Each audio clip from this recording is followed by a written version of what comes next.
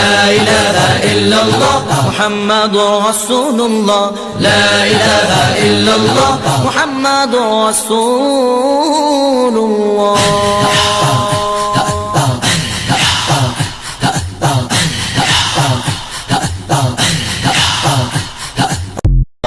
মন থেকে হৃদয় থেকে আল্লাহর একটা ডাক দেন, বলেন আল্লাহ।